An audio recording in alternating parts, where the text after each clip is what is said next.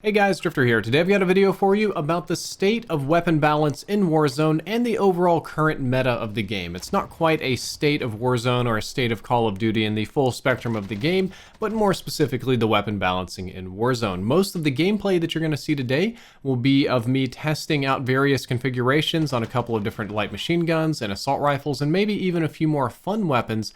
I was kind of trying to find a new way to completely break open the meta, but I just couldn't, which led to the idea for this video. And by the way, I'm one of a few creators that has a creator code, so if you want to use the support a creator in the store, 5% of anything you spend goes my way. Just use code DRIFTOR, and thank you Activision for giving me that code. So I think that the state of weapon balance in Warzone is actually in a pretty good spot. Now, hackers and optimization and lag and stuff is a totally different story, but just the weapon balancing itself, I think, is doing pretty good. Because basically all that I do for a living is weapon stats, primarily in Call of Duty, and the big drive on my channel recently has been finding new ways to help you play better, finding this one cool new gun that you didn't really think about, that you weren't really planning to use, and just busting it out and showing you guys how good it can be. And I've had a lot of success with that, and I've seen that these videos have shifted the meta over time. This usually involves me streaming and trying out a whole lot of guns and a lot of weird configurations and just getting pooped on and dragging my whole team down until I find just the right one that really breaks the meta, that really shakes things up and works right. And I was thinking recently that, you know, maybe it's time for LMGs. I was maybe going to make a video called the Lmg Meta, because right now light machine guns are in a statistically very strong place. All of them have fast time to kills. Most of them had their open bolt times drop drastically, so it's much less of a problem. When kitted properly, they're pretty much all low recoil weapons. They have big magazines, they have long ranges, they have good attachment choices. There's a lot of really good things going on with the LMGs. You even saw the SA-87 video. The M91 is good, the MG34 is on the rise. And I would say that the downside to them being their slow handling and stuff is less important now because we're still in the Bruin meta. Despite the Bruin being nerfed and all the balance changes and stuff, we're still in the Bruin meta, and if most of your enemies are going to be running Bruins or relatively heavy assault rifles, then it's not so bad if you're running a slow LMG.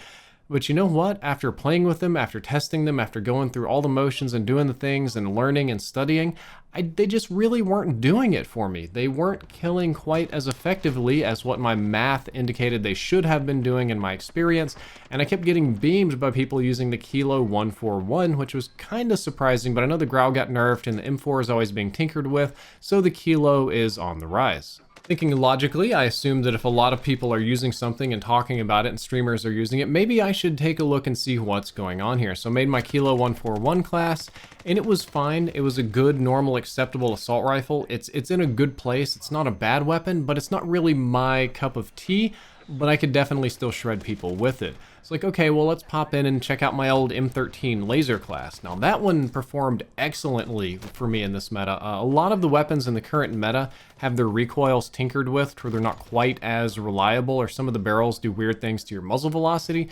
The M13 doesn't have those problems. Its damage is kind of pitiful, but man, it's still a laser. I loved it. The Grau still working great. CR56 AMAX working great if you don't mind the recoil. M4A1, not a weapon that I like. For whatever reason, everybody that runs the M4A1 has like the CDL skins on it and no optics, and I hate the iron sights, but the gun's great, still slaps people. The Odin's never been bad. It's still in a good, like, all of these fully automatic rifles are in really strong positions for viability in the current meta of the game, and none of them are really dominant anymore. I mean, Odin dominates at long range. CR56 probably has the time to kill. M13's the lowest accuracy, and you've got various ones kind of in the middle of properties there. And you see a similar, I would call it air quotes, problem with the three viable sniper rifles right now. The AX50, the HDR, and the big old Barrett 50 cal are all pretty usable in Warzone. I wouldn't really mess around with the Dragunov too much, but they're all in a good place. You've got choices. The close range meta in this game got changed up significantly with the addition of the Origin 12 ground loot. That has made me a lot more reluctant to rush people, and it's making me feel kind of dumb because in my tier list video, I put the Origin 12 at F tier because it just never performed well for me, but I'm getting murdered by it. I still will pick it up and use it on occasion. I don't like it a whole lot as a weapon, but I'm thinking that my opinion may have been wrong there. A lot of shotguns now have incendiary shells, including the R90, which can be incredibly fun. That's been my favorite shotgun for a long time, so I was really happy to have incendiary shells put on it. And it can put those pesky MP5 users to bed, or maybe it would if EOD wasn't such a popular perk, but we're going to talk about perks in just a minute. When it comes to SMGs, the MP5 really does still dominate the close quarters combat because the time to kill on it's excellent, headshots are rewarding, recoil good, iron sight's good. Not a whole lot of downsides to the MP5.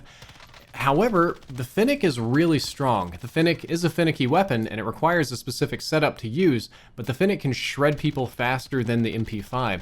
The MP7 has always been more reliable at long range, the Bison's still good, and the Burstfire Striker also not bad. And I don't have anything against running a ground loot suppressed P90 over almost anything else. The SMGs, despite the MP5 and Fennec being at the top of the class, are still in a pretty good spot for balance where everything is viable, and when you lose a gunfight, it's probably not because your weapon doesn't shoot fast, it's probably because you're missing your shots. So when I kind of went through this mentally, I realized I couldn't really bust the meta open. I couldn't make another one of those videos telling you to use some gun because it would be amazing, because it wasn't much more amazing than anything else. Almost everything that I played with had a counter, it had a place, it had a weakness, it had a situation, and then it occurred to me that maybe, just maybe, after about 6 months of this game mode being out, maybe 5 months, I've lost track of how many months, we finally have a well-balanced Battle Royale game.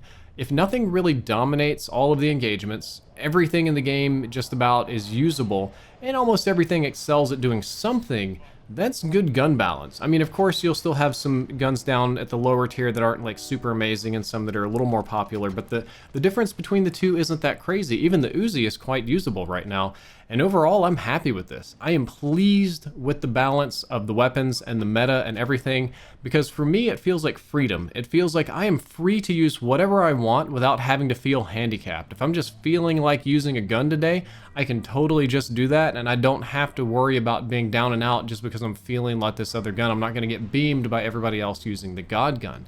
There have been some other update changes that I also liked. I think that the armor satchels filling armor upon picking them up is a great feature. I think it may be a bug, but I've enjoyed that.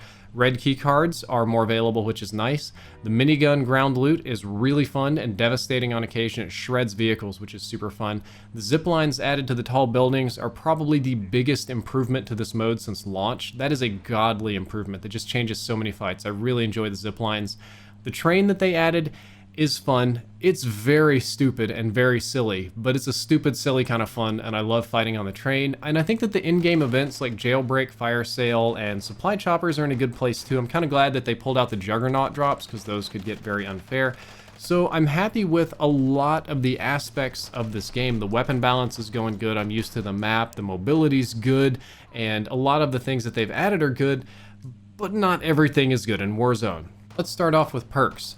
Perk balance still leaves much to be desired in the game. Right now, the most popular meta perks are Ghost, EOD, and Amped, and they're all nearly essential because everybody's spamming UAVs, so if you don't have Ghost, you're going to get hunted down and murdered.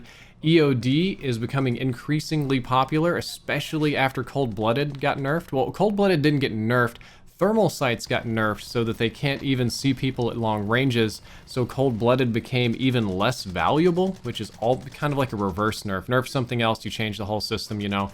But because we don't need Cold-Blooded, everybody's running EOD, and I think that Amped is a really strong perk as well, because you just got to weapon swap super fast, especially if you got snipers, SMGs, or some sort of specialty weapon like a shotgun to get people out of your face. And there's not a lot of room for the other perks. I mean, maybe Overkill, because you'll get your Overkill class first and then get your other perks, but Restock or Hardline or any of that other kind of stuff just isn't as valuable as the top three, especially Ghost and EOD. Ghost and EOD are a given in almost every fight that I'm going into, and I think it's pretty much impossible to survive without Ghost in a good lobby, or really even EOD. If you're playing good players, like at the higher end of skill matching, they're going to use UAVs, they're going to use heartbeat sensors, and they're going to fling a lot of explosives at you. And if you don't have those perks, there's pretty much nothing you can do about it. And nothing is equally viable, nothing is equally valuable, there's nothing else that I could run, no other combination that I'm aware of that works better than these three, at least for the lobbies that I get, and I don't think that's good balance. I play primarily on PC now, and I think the PC optimization is still kind of rough, at least for me. I cap my screen, I don't even know if you see it on the recording or not, at 60 frames per second. I have a very nice, very fancy, expensive gaming computer. I have a 2080 Ti graphics card, but anytime I crank that game beyond 60 FPS, it has a tendency to freeze. So I'm playing 60 FPS on PC, which is definitely suboptimal. And finally, at the very end, there are still so